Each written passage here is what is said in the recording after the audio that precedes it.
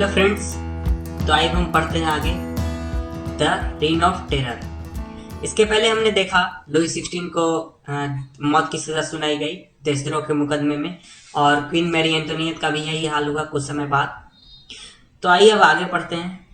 आगे देखिए 1793 से 1794 इस काल को फ्रांस में कहा जाता है रेन ऑफ टेरर, यानी आतंक का काल। क्यों? क्योंकि जो रोबेस्पियर था, जैकोबिन्स का नेता, उसने काफी हार्ड पॉलिसी अपनाई, यानी सेवर कंट्रोल एंड पनिशमेंट की पॉलिसी अपनाई, और उसने जिसे भी रिपब्लिक यानी गणतंत्र का दुश्मन समझा, for example nobles, clergy, other political parties के मेंबर्स, या फिर उसकी पार्टी के वैसे मेंबर्स जो उसकी बातों से या उसकी मेथड से एग्री नहीं करते थे, उन्हें उसने अरेस्ट किया, इम्प्रिजन किया, और उन पर एक क्रांतिकारी ट्रिब्यूनल यानी रिवोल्यूशनरी ट्रिब्यूनल में मुकदमा चलाया गया। अगर कोर्ट उन्हें गिल्टी पाता तो तुरंत उन्हें गिटल कर दिया जाता था, यानी मौत के घाट उतार दिया जाता था। गिलेटिन एक डिवाइस था जिसमें 2 पोल्स लगे हुए होते थे और बीच में ब्लेड लगा हुआ होता था, और जिस पर किसी पर्सन को मारा जाता था, यानी उसका सर कलम कर दिया जाता था। इस डिवाइस का नाम पड़ा था डॉक्टर गिलेटिन के नाम पर, जिन्होंने इसकी खोज की थी।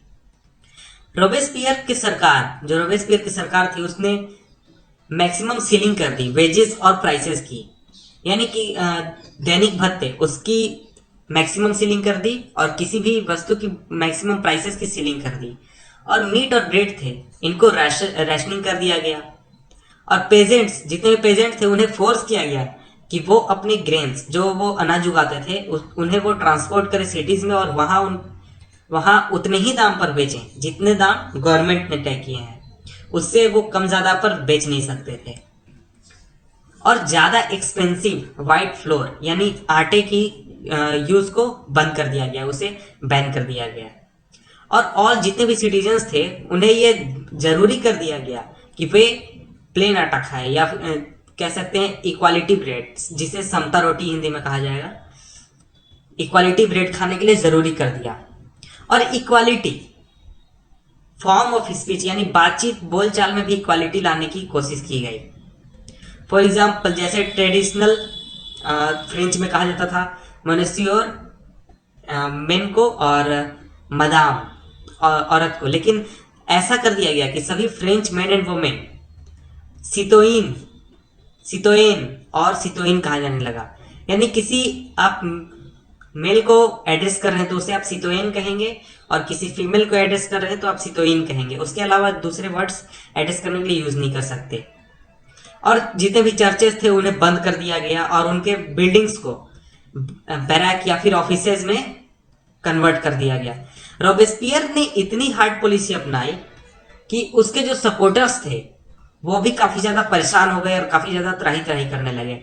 इसके बाद फाइनली उसे एक कोर्ट ने गिल्टी माना, और जुलाई 1794 में उसे अरेस्ट करके अगले ही दिन गिलेटिन पर चढ़ा दिया गया। इस तरह से रोबेस्पियर का अंत हुआ। अब रोबेस्पियर के सरकार के जाने के बाद यहाँ नेक्स्ट टॉपिक है डायरेक्टरी रूल्स फ्रांस।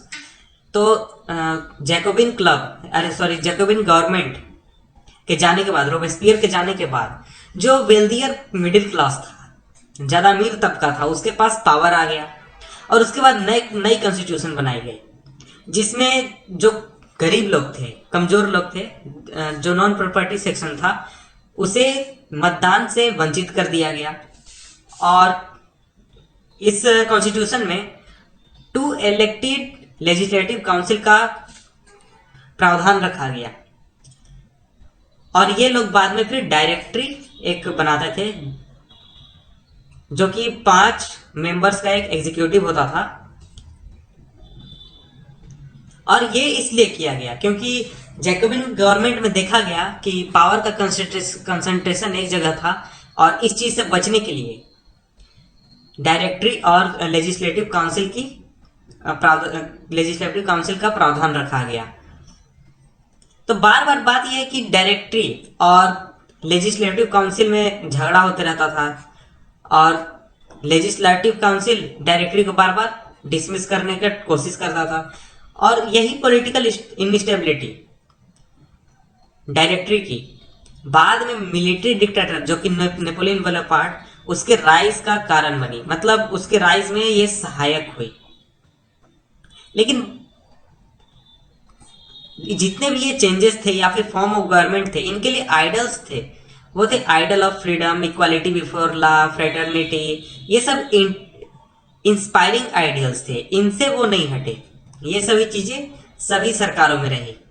इन्होंने सभी पॉलिटिकल मूवमेंट्स को मोटिवेट किया, फ्रांस में भी और उसके बाद यूरोप में भी कई वर्षों तक। तो इतना ही, आपसे मिलते हैं हम नेक्स्ट वीडियो में। गुड।